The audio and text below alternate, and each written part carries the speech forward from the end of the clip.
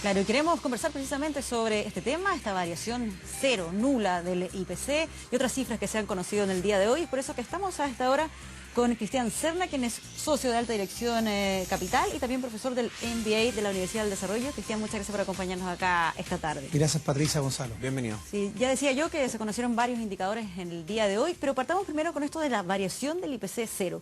¿Qué significa y cuáles son los elementos que influyeron en que se arrojara este indicador?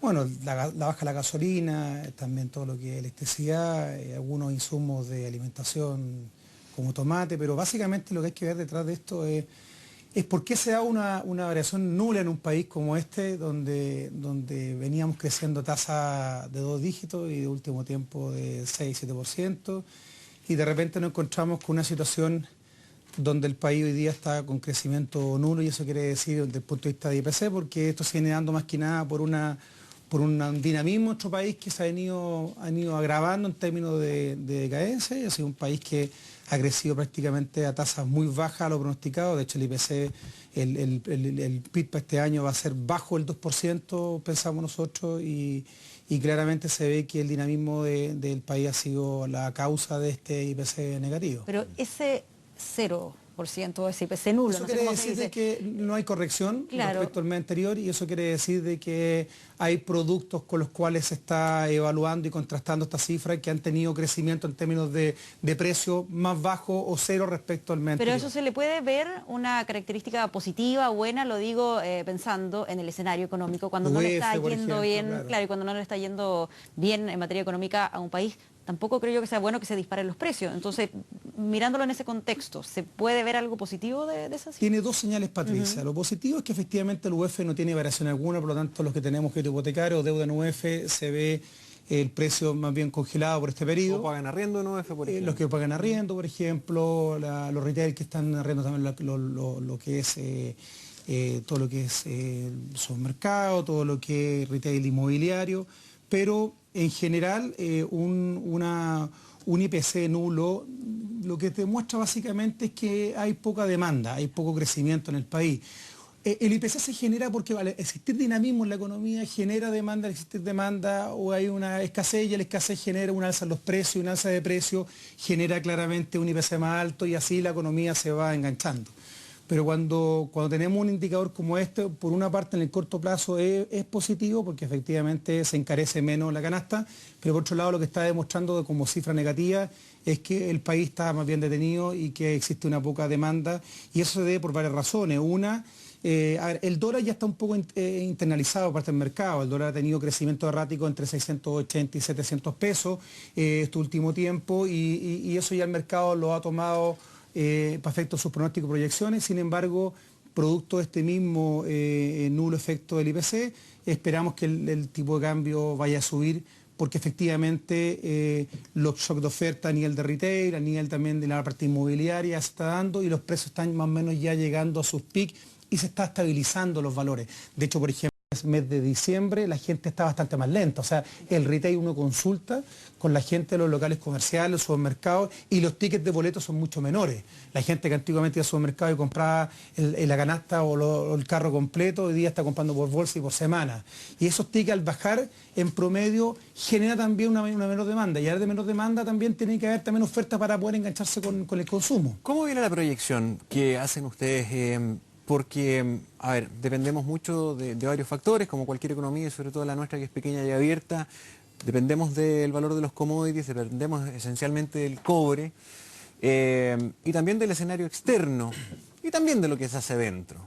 ¿Cuál es la proyección que tú haces para el 2016 con estos valores que estamos viendo? Mira, Gonzalo, yo creo que para efecto de proyección, estas reformas que se van a aplicar el próximo año, yo creo que han afectado a nuestra economía en un 30% básicamente lo del consumo. Las reformas... Las reformas laborales, tributarias, toda esta sensación de expectativa. La economía es una ciencia social y vive la expectativa, y la expectativa tiene que ver más bien de cómo yo me proyecto el próximo año, los empresarios cómo se proyectan sus inversiones, cómo proyectan sus ventas, y cuando uno ve la minería, por ejemplo, caiga la facturación en las compañías entre un 35 y un 40%, los proyectos más bien parados. Acabamos noticias hoy día en la mañana de que 8 medianas compañías ya habían decretado cerrar las minas.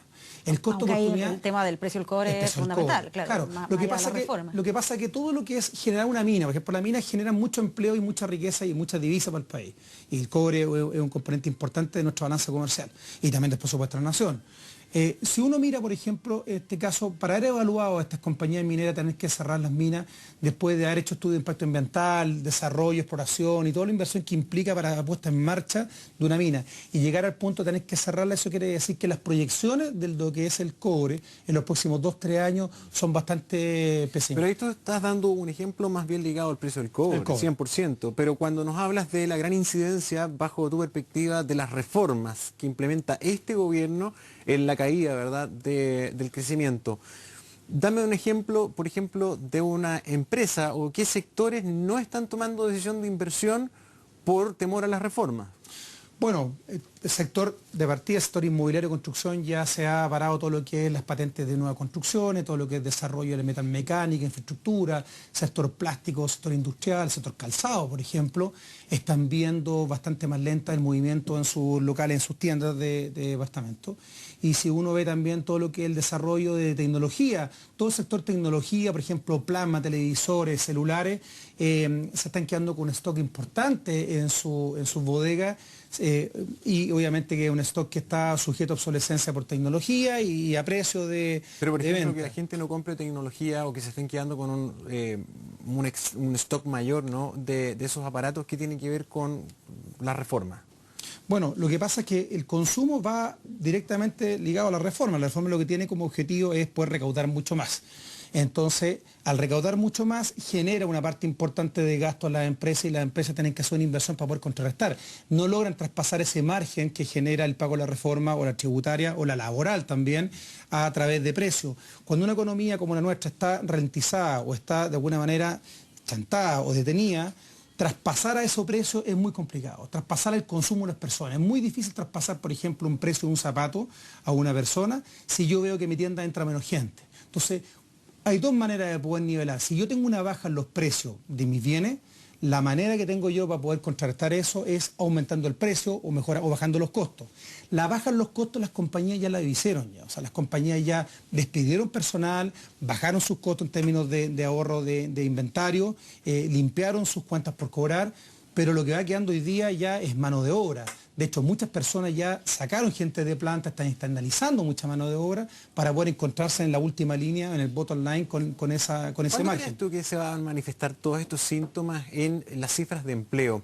Porque ha llamado poderosamente la atención que se ha mantenido todavía eso. Claro, o sea, hemos hablado un año de lo desacelerada que está la economía, o más de un año, y de las reformas y muchas críticas al respecto, y en uno de los índices más importantes, que es el empleo, afortunadamente no ha cambiado. Sí, lo que pasa, Gonzalo, es que hay un sesgo respecto de cómo se toma la muestra también. O sea, cuando tú le preguntas a una persona si ha tenido empleo la última semana, es considerada que es una persona activamente laboral. Y la verdad es que no es así. Pero eso ha sido siempre. Sí. Pudo pasar antes, Sí. otros años. Lo que pasa también es que el gobierno también, bueno, este gobierno también lo que ha hecho es implementar mucho todo lo que es el beneficio social y ha tratado de abrir la llave también en el sentido del presupuesto a todo lo que es infraestructura, portuaria, caminera, y eso ha generado también mucho empleo. Por lo tanto, pero eso es bueno porque es un contraciclo, ¿no? Bueno, lo que tiene que hacer justamente los gobiernos cuando la economía, desde el punto de vista del privado, se pega una frenada, es justamente tratar de nivelar y compensar ese desequilibrio de manera tal de poder encontrarse con la reactivación económica. Lo que pasa es que tú no lo puedes hacer sostenidamente por mucho tiempo, porque estructuralmente genera un déficit en la cuenta fiscal. Y eso es lo que está generando hoy día. O sea, cuando tú tienes una menos... ¿Y por qué es importante el cobre? Porque el cobre hoy día es el 47-50% de nuestras exportaciones. Entonces es un presupuesto relevante para efectos del país. Presupuesto relevante que está calculado también la reforma que tenemos que hacer. Por lo tanto, por implementar todo este tema educacional y la reforma laboral, genera claramente una necesidad de presupuesto que hoy día no la tenemos. Y si a la vez vemos que un país está en una situación más delicada desde el punto de vista de consumo y de ingreso y de gasto, eso también está generando también un déficit, un gap que te obliga hoy día a tener que endeudarte en bancos extranjeros, y eso es lo que yo creo que el próximo año va a tener que ver, un endeudamiento para poder tapar ese déficit. Ahora, respondiendo a tu pregunta, en economía real, una empresa, lo primero que corta una compañía cuando ve que sus ventas caen, y por otro lado ve que el próximo año va a tener que recaudar, tener que pagar más impuestos y ve una reforma laboral también más dura, es tratar de primero limpiar la cantidad de gente que trabaja hoy día en la compañía. O sea, ¿con quién me quedo? ¿Ya? Y segundo, cuando tratas de inversión, lo que buscas es ver cuáles son los productos, líneas de negocio que son más rentables para mí. ¿Tú crees que al final del primer semestre del 2016 ya se va a notar en la tasa de desempleo? Sí. Yo creo que este año, yo creo que este diciembre va a ser un mes de prueba. Yo creo que estamos viendo un sesgo de fase de un mes, 2 meses atrás, pero cuando tú impactas, cuando los indicadores económicos uno los ve como tales, es porque se viene dándose 6 meses desde el punto de vista de flujo capital. Este mes de diciembre va a ser clave para ver y contrastar diciembre del 2014 con diciembre del 2015 si realmente tuvimos el ticket promedio por persona o el consumo que nosotros esperábamos. Yo pienso particularmente que este mes de diciembre va a ser un diciembre bastante más cauto y bastante más bajo respecto al diciembre del año pasado. Y además que se vienen fiestas importantes como fin de año, Pascua, después vienen vacaciones, vienen todos los gastos concentrados en esta época que donde la canasta familiar se recarga en un 30-40% del gasto de la familia. Ahora, donde yo creo que la economía la vamos a empezar a notar un poquito más, los balances un poquito más afligidos, el desempleo, yo creo que abril, mayo, junio, ese trimestre, vamos a notar un incremento del desempleo. Primer trimestre. Sí, sí, porque los balances de las compañías, fíjate que todavía vienen buenos en algunos casos.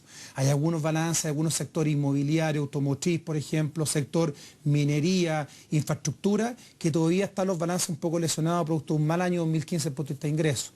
Pero yo pienso que el próximo año vamos a ver ese balance porque los bancos han tenido que financiar, los bancos privados han tenido que financiar esa caída en las ventas en algunos sectores.